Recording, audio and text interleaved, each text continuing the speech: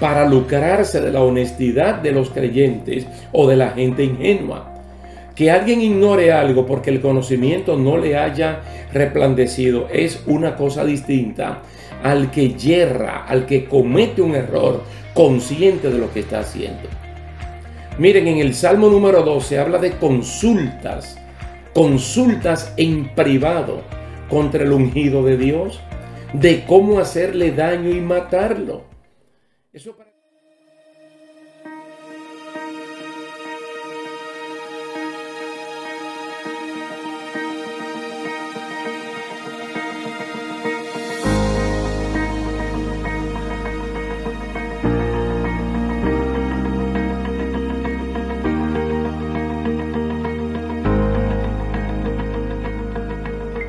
¿Qué tal, queridos hermanos? Dios me le bendiga, Dios le guarde. Es un placer estar con ustedes una vez más en la continuación de esta serie de estudios bíblicos acerca de la apostasía. Hoy vamos a hablar de que los falsos agradan a la gente. La intención de ellos es agradar a la gente.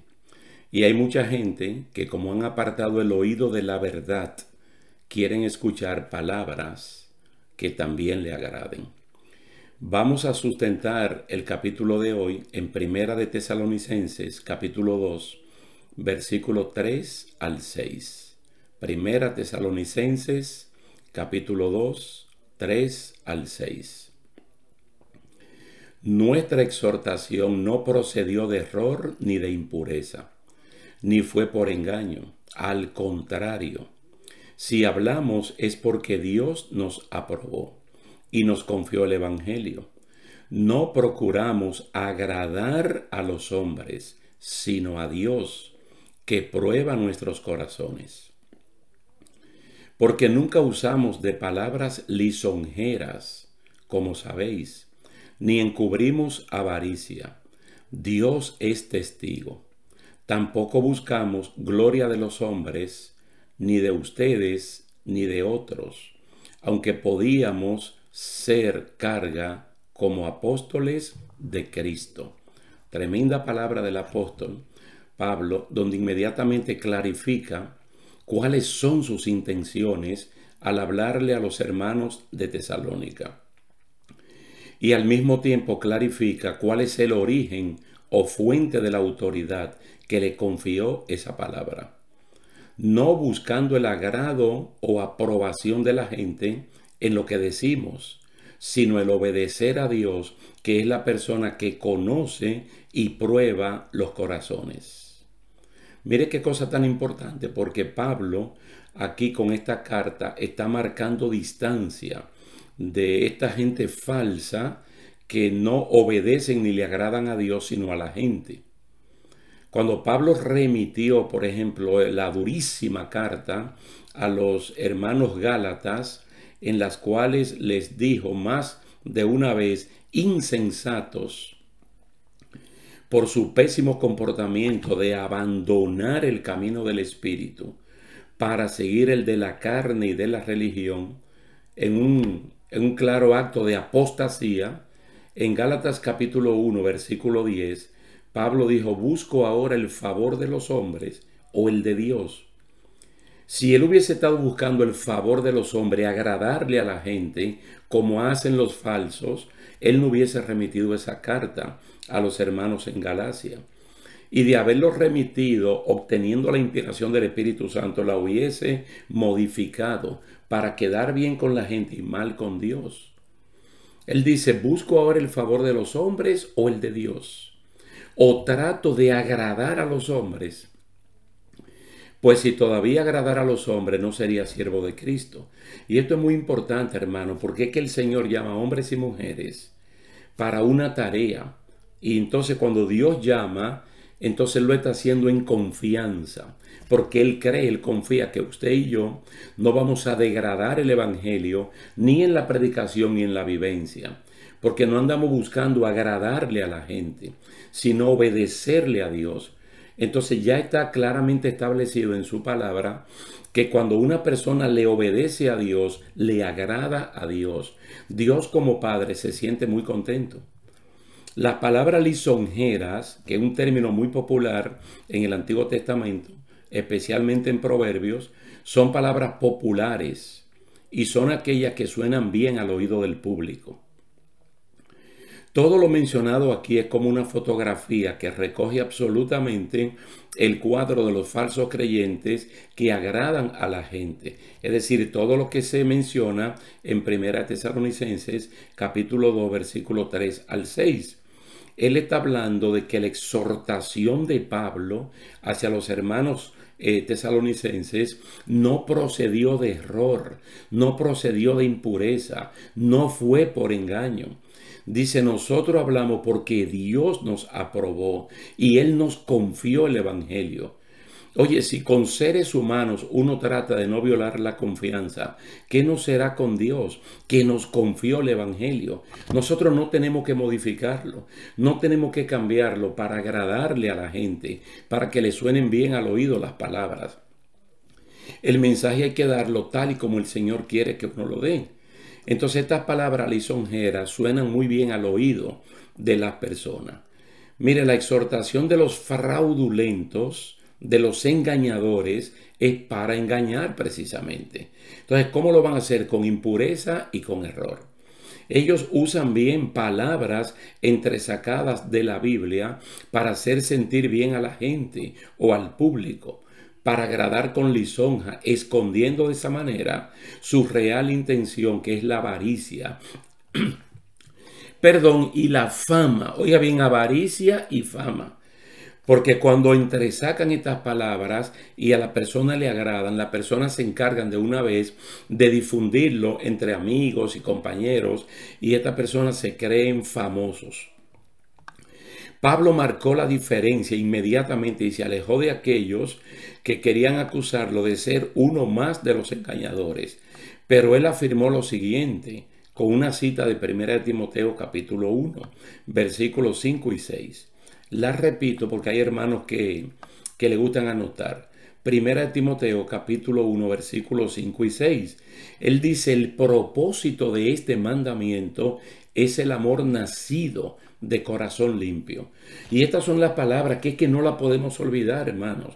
El propósito de la exhortación, el propósito de la predicación, el propósito del consejo que te da tu pastor, tu pastora, es del amor nacido de corazón limpio, de buena conciencia y de fe no fingida. Son tres elementos espirituales de capital importancia que tienen que estar en la vida de todo creyente y especialmente de los líderes que el Señor les ha confiado la palabra. Amor nacido de corazón limpio. ¿Tú sabes lo que es un corazón limpio? Primera de Pedro capítulo 3, cuando está hablando de los adornos exteriores, comenzando por el pelo, el vestido y las joyas, especialmente en mujeres, él dice que ese no debería ser el foco de atención, sino el de un corazón limpio, ornato. Algo, mire, que aunque uno sea pobre o humildad en términos de pobreza, pero que sea limpio de corazón, que tenga una buena conciencia y que practique una fe no fingida. Pero el apóstol dice, algunos desviándose de esto, de la fe verdadera, de la buena conciencia y del corazón limpio, se perdieron en ¿qué? En vana palabrería. Wow, pero da pena que hay un sector de la iglesia que eso es lo que les gusta, que les prediquen vana palabrería. Muy bien articulada, muy bonita, pero vana, no tienen fruto. No hay fruto. Dice, hay muchas cosas que el pueblo de Dios no le conviene practicar. Tampoco le conviene recibir, aunque sean lícitas, ya que no edifican. Además de que pueden ser usadas como pretexto para dar paso a otras cosas y así contaminar el evangelio. Escribiendo a los Corintios en 2 ocasiones, Pablo dice, no todo lo lícito me conviene, porque no todo lo lícito edifica. Y si las cosas, aunque sean legalmente permitidas, no edifican mi vida o no edifican a otros que me ven practicándola, hablándola o practicándola, entonces, aunque sean legalmente permitidas, yo no tengo por qué practicarla. ¿Por qué? Porque es que la vida del cristiano se sostiene en tres ejes. Un amor nacido de corazón limpio. Y solo el Espíritu Santo puede limpiar el corazón del creyente.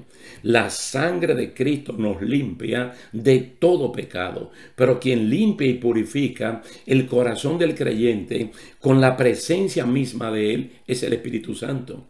Una buena conciencia es lo que nos lleva a todo lo bueno, a todo lo honesto, a todo lo verdadero y a todo lo de buen nombre. Y la fe no fingida es lo que nos hace vivir una vida real, una vida auténtica, que no tenemos por qué engañarnos a nosotros mismos, engañar a la gente y tratar de engañar a Dios. Como le estoy diciendo que hay cosas que a la iglesia no le convienen, permítame recordarle el ejemplo de lo que pasó en Filipos, que Hechos capítulo 16 lo narra perfectamente bien. Hay una muchacha que está empoderada por el mismo demonio, por el diablo, con un espíritu de adivinación. Y hay dos personas, siervos de Dios, llamados Pablo y Silas, que están empoderados por el Espíritu Santo. Pablo y Silas van a orar a las 3 de la tarde. Van a la orilla de un río porque no había sinagogas, no había templo, no había iglesia, pero se reúnen al aire libre. Entonces la muchacha usada por el demonio iba detrás de los siervos de Dios diciendo que ellos eran siervos de Dios y que ellos anunciaban el camino de la salvación. Lo hizo por una vez, dos, tres, no sé cuántas, pero varias veces, hasta que esto le desagradó a Pablo, le molestó a Pablo y reprendió el espíritu de adivinación y la muchacha quedó completamente libre. Ahora, ¿qué quiso Pablo evitar con esto? Él está diciendo aquí en la carta a los tesalonicenses que el que nos confió su palabra y que el que prueba los corazones es Dios. Entonces el diablo trata de engañar a la gente de Filipos, haciéndole ver que de donde viene la palabra de la muchacha endemoniada y de donde viene la palabra de Pablo y Silas es el mismo origen, y eso no es verdad. Eso no es verdad. Entonces, una buena palabra en boca del enemigo sigue siendo una buena palabra, pero el origen no es de Dios. El origen es del enemigo, que lo que quiere es confundir, lo que quiere es engañar. A Pablo le disgustó esto, reprendió el espíritu de adivinación para que no siguiera diciendo que ellos eran siervos de Dios que anunciaban la salvación. ¿Sabe por qué? Porque no es saludable recibir el reconocimiento de parte del enemigo de la justicia, porque eso no edifica, eso es lo que hace que confunde. De esa manera, esto es un pretexto para que el resto del mundo vea que es todo lo mismo y que nada es diferente. Sabe que el mundo que no es cristiano usa con destreza las artimañas del error. Lo mismo le pasó al Señor Jesucristo. Cuando él enfrentaba a un demonio, lo mandaba a callarse la boca inmediatamente. Porque lo que primero decía era: yo te conozco, Jesús, yo te conozco, tú eres el Altísimo, tú eres el Santo, tú eres el Cristo. Y decían una gran verdad. Pero Cristo los reprendía inmediatamente. Porque a la iglesia de Dios esto no le conviene. La conveniencia de la iglesia está en que el mundo reconozca que somos cristianos, auténticos, y que esa autenticidad los lleve de regreso a los pies de Cristo. Que el reconocimiento estribe en que el mundo, después de oír la maravilla de Dios a través de nosotros o de ver la buena conducta nuestra, pregunten: ¿y qué hay que hacer para uno ser salvo? A la iglesia, tanto a Jesucristo como al apóstol Pablo, a Silas, le conviene que su reconocimiento venga de Dios y no de los hombres. Mira, aquí hay una palabra que a mí me motiva y yo la veo como si fuera mi diario vivir. Que sea Dios mismo que en un momento determinado le pueda decir a un siervo de él, sea un cantante cristiano de renombre, sea un ministro, sea un diácono, sea un sencillo servidor de la iglesia, que en un momento dado el Señor lo lleve a esa alfombra roja, a ese momento estelar, y le diga: buen siervo, fiel y verdadero, buena sierva, fiel y verdadera, en lo poco fuiste fiel, en lo mucho te pondré. entra en el gozo de tu Señor. Yo creo que no hay un reconocimiento más grande que el que Dios te pueda dar, más que un Grammy, más que un Oscar, más que un Cassandra, más que un premio Nobel, más que un premio Asturias. No hay premios como eso, porque la iglesia debe tener cuidado de que su reconocimiento no venga del mundo, sino que venga de parte de Dios. Buen siervo, fiel y verdadero. En lo poco tú me fuiste fiel, en lo mucho te pondré. Entra en el gozo de tu Señor. Yo creo que parte del motivo por el cual Pablo mandó la carta a los filipenses fue para decirle hay que dejarlo todo con tal de obtener el premio del supremo llamamiento. Y es que Dios nos diga esa palabra, entra en el gozo de tu Señor. ¿Y por qué? Porque en lo poco fuiste fiel, en lo mucho te pondré. Mire, hablando de reconocimiento, es Pablo el que aborda el término alabanza, el término reconocimiento, y lo hace en dos sentidos. Yo creo que en un capítulo anterior yo lo mencioné, pero no está de más recordarlo justo en este punto. Mire, el primero de estos términos, la palabra judío, que viene de Judá, significa alabanza. Esto quiere decir reconocimiento humano. Y esto deriva de Judá, el cuarto hijo que tuvieron Lea y Jacob. Fue Lea que le puso a este niño varón Judá, diciendo, ahora mi marido se unirá conmigo, ahora te alabaré. Hay un cántico allí en Génesis 29, 35. Entonces, judío es una alabanza, es un reconocimiento que viene de los hombres. En este caso viene de la madre. Y se manifiesta en la circuncisión en el cuerpo. Esto hace del creyente un exhibicionista, porque tiene que presentar una cualidad interior que es la circuncisión. Entonces puede recibir trofeos, puede recibir premios, puede recibir alabanza, puede salir en primera plana de la sección de farándula y se convierte en una celebridad. Pero ¿de dónde viene esa alabanza? De los hombres. Y hay que tener mucho cuidado cuando el ser humano comienza a alabar la iglesia o alguno de sus miembros. Ahora, en segundo término, Pablo usa para describir el origen del reconocimiento, el que proviene de parte de Dios y también parte del corazón, no de la circuncisión, en el miembro viril. Entonces, en Romanos capítulo 2, versos 28 y 29, él lo expresa de la siguiente manera.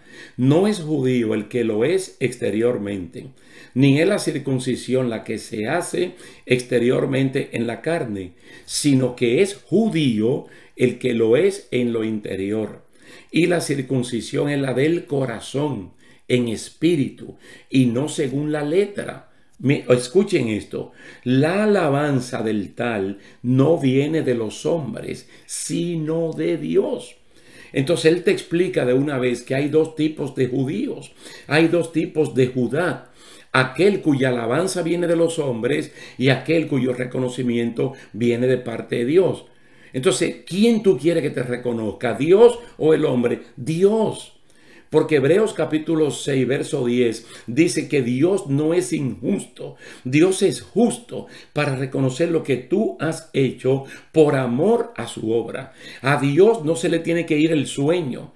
Dios no tiene que buscar el libro de crónicas y memorias para acordarse de tu trabajo. Dios lo tiene presente.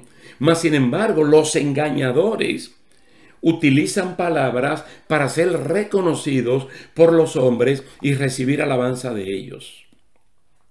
Segunda Corintios capítulo 10, verso 18, dice, no es aprobado el que se alaba a sí mismo, sino aquel a quien Dios alaba. Dios a través de un ángel le mandó a decir a Daniel, varón muy amado. Dios a través de un ángel le mandó a decir a Juan en la isla de Patmos, varón muy amado. Dios a través del mensaje le mandó a decir a Filadelfia, yo voy a hacer que aquellos que blasfeman vengan y reconozcan que a ti yo te he amado. Entonces es importante, hermanos, que el reconocimiento nuestro no venga de los hombres, sino que venga de parte de Dios. El cristiano debe agradar a Dios en todo lo que hace, no a los hombres. El mensaje evangélico no debe ser complaciente con la gente, sino con Dios. ¿Quién fue que te confió la palabra? Dios. ¿A quién tú le tienes que dar cuentas? A Dios. ¿Cuál es tu campo misionero? La gente. Entonces, en lo que nosotros obedecemos a Dios, podemos ser útiles a las personas, porque le vamos a llevar un mensaje que lo puede cambiar, lo puede transformar, lo puede convertir. Todo esto significa que cuando nosotros le obedecemos a Dios, tenemos cuidado de respetar a las personas, no obligarlos para que ellos hagan lo que ellos no desean hacer. Que tampoco por lucro nosotros prediquemos el evangelio. No podemos hacer esto. Mire, cuando Pablo menciona que no encubrimos la avaricia, da claramente a entender que ese era un proceder normal de los falsos cristianos, de vestirse con una apariencia de piedad como los fariseos y los saduceos y tener un corazón podrido, cargado de gusanos. Él dice, nosotros no encubrimos avaricia, dando claramente a entender que el proceder de los falsos era ese. Daban una apariencia, pero con la avaricia escondida. Mire, lo hizo Acán, como lo dice Josué capítulo 7, y lo hizo Giezi, como lo dice Segunda de Reyes capítulo 5. Cuando uno analiza la vida de Acán y la vida de Giezi, uno dice, esos dos tipos fueron dichosos, porque tuvieron dos líderes que les influenciaron lo que es el carácter de verdaderos cristianos. Josué, un hombre pulido, curtido en la integridad y en la honestidad. Entonces él es el jefe de Acán, y Acán, viendo el estilo de vida de Josué, debió dejarse influenciar. Porque un líder es aquel que influencia básicamente en carácter. Giezi, teniendo a Eliseo como un tremendo líder, un hombre honesto, íntegro y que avaricia no tenía por ningún lado. Mas sin embargo, ¿qué hicieron Acán y Giezi? Que la avaricia que ellos tenían escondida en el corazón la manifestaron en el momento oportuno. Acán, cuando vio los lingotes de oro, los mantos babilónicos, codició esto, lo tomó, lo llevó a su casa y lo escondió. Finalmente perdió lo que no se robó, perdió lo que se robó, perdió la vida y perdió la familia. Giezi perdió absolutamente todo porque perdió su salud, debido a que la lepra que tenía Naamán se le pegó a él y generacionalmente se iba a quedar con todos sus descendientes como una marca indeleble de haber codiciado lo que no tenía que hacer. Entonces, el cuidado que nosotros tenemos que hacer es un cuidado que ya está planteado, hermano, en teoría y en práctica en ambos testamentos de la palabra del Señor. Aquí sale a relucir el caso de Micaías, hijo de Imla. Micaías, hijo de Imla, le tocó profetizar en un tiempo que prácticamente él era único. Y por otro lado habían profetas por centenas de profetas falsos. Entonces, cuando 400 o 500 profetas están diciendo una cosa y tú dices lo contrario, el raro como que eres tú.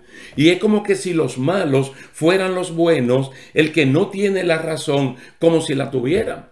Entonces ellos profetizaban en el nombre de Jehová.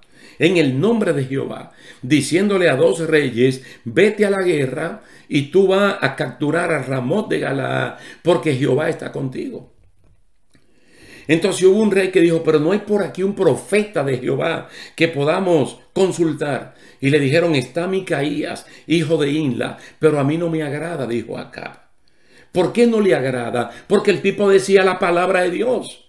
Si hubiese sido un falso, le hubiese agradado al oído. ¿Qué le agradaba a él? El mensaje de las otras personas, porque hablaban palabras para caerle bien al rey. Entonces el otro rey dijo, no hable así, lo mandaron a buscar. Cuando ya viene en camino, ¿qué le aconsejan? Profetice igual que los demás. Ahora, ¿qué dice Micaías, hijo de Imla? Yo solamente digo lo que Dios me diga que tenga que decir. Un tipo íntegro que solamente responde a Dios, que no es un falso. Entonces el cristiano verdadero tiene que estar dispuesto a vivir. Primera de Pedro 2, 3 y 4. ¿Qué es lo que tiene que vivir allí? Sufrir como una persona que actúa correctamente y no como un malhechor. Porque el malhechor no sufre en el sentido de que dice cosas que a los demás le agradan. Vámonos a esa gran persona, Jesucristo, nuestro modelo, nuestro dechado. Él dijo en Juan 5:41 que él no buscaba ni recibía gloria de los hombres. Y hay que pensar muy bien. Cuando nosotros estudiamos Marcos y vemos los primeros 10 capítulos de Marcos, vemos a Cristo que ha hecho una cantidad innumerable de milagros a favor de la comunidad. Mire, ha sanado enfermedades de todo tipo. De todo tipo, ha obrado sobre la naturaleza, ha reprendido todo tipo de demonios, incluyendo demonios que solamente salen con ayuno y oración. Ha hecho milagros de multiplicar panes y peces. Entonces hay muchas personas que se sienten agradecidos y van y le dan las gracias. Incluso cuando sanó 10 leprosos, vino uno a dar las gracias. Y él se quedó esperando que los 10 vinieran solo a decir gracias. Por lo menos a decir gracias. Esto no significa que lo que él hacía era buscando el favor de la gente. Era buscando gloria de la gente. No. Él lo estaba haciendo como un servicio, como una administración al estilo Isaías, capítulo 61, a favor de la gente. Pero no era buscando gloria. De tal manera que dice el Evangelio de Juan, que cuando él multiplicó los panes y los peces para 5,000 personas, intentaron ponerlo como rey. Pero Cristo se fue de allí porque él no vino a buscar eso. Y lo dice en Juan 5:44. Reprendió a quienes buscaban el reconocimiento de los hombres y no el de Dios. Porque es que cuando uno intenta buscar el reconocimiento de los hombres, ya el mensaje será complaciente. Y el mensaje nuestro tiene que ser un mensaje que incomode al oyente. Muchas veces hasta el mismo cristiano, que se sienta tan incómodo en la banca que tenga que pasar al frente y poner su vida a cuentas con Dios, que es lo que realmente importa. Mire, finalmente yo le puedo decir, en base a una carta a los Corintios, la primera, cuando Pablo está hablando de la Pascua. La Pascua para el judío lo representaba todo, porque era su liberación de la esclavitud egipcia de 430 años. Entonces, todos los elementos que conformaban la cena de la Pascua tenían un componente espiritual. Aunque eran cosas físicas, el vino, las ensaladas amargas, el cordero, el cántico que era el Salmo 118, todo eso tenía un contenido espiritual. Ahora Cristo dice, él dice, celebremos la fiesta no con la levadura vieja, ni con la levadura de malicia y maldad. Hoy él está hablando de malicia y de maldad. Y está atribuyendo esto a una vieja levadura que es la vieja naturaleza. El hombre caído que hace uso de una conciencia cauterizada, de una fe fingida y de un corazón sucio. Él dice, ahora tenemos que celebrar con panes sin levadura, pero de sinceridad y de verdad. Alabado sea el nombre del Señor. Panes de sinceridad y de verdad. Usted ve, hermano, que Pablo se convierte en un modelo para nosotros. Cuando yo le traje esta exhortación, ella no procedió del error, no procedió de la impureza, no procedió con la intención de engañar. Él dijo al contrario. Hablamos porque Dios nos aprobó, porque Él nos confió el Evangelio. Nosotros no procuramos agradar a los hombres, sino a Dios, que es quien prueba los corazones. Dice, no encubrimos nada. Y Él llegó a decir, nosotros y los cristianos somos cartas abiertas, que cualquiera la puede leer. Alabado sea el nombre del Señor. Le doy este último consejo. Uno del Antiguo Testamento. Compañero soy de los que temen tu nombre. Otro del Nuevo Testamento. Asociándonos con los humildes. Que Dios te bendiga, que Dios te guarde. Vamos a dejarlo hasta aquí, dándole gracias a Dios e invitándolo de una vez para la siguiente ocasión. Dios te bendiga y hasta la próxima. Lo que Abraham no quiso, lo que Eliseo no quiso, entonces ellos lo quieren. Entonces, mientras la iglesia de hoy, la del siglo XXI, del tiempo postmoderno, no asuma la misma responsabilidad que asumieron los judíos de Berea, según Hechos capítulo 17, verso 11, y los creyentes de Éfeso, según Apocalipsis 2:2, de probar a lo que se hacían llamar apóstoles para ver si eran verdaderos o falsos, el camino de la verdad será blasfemado constantemente.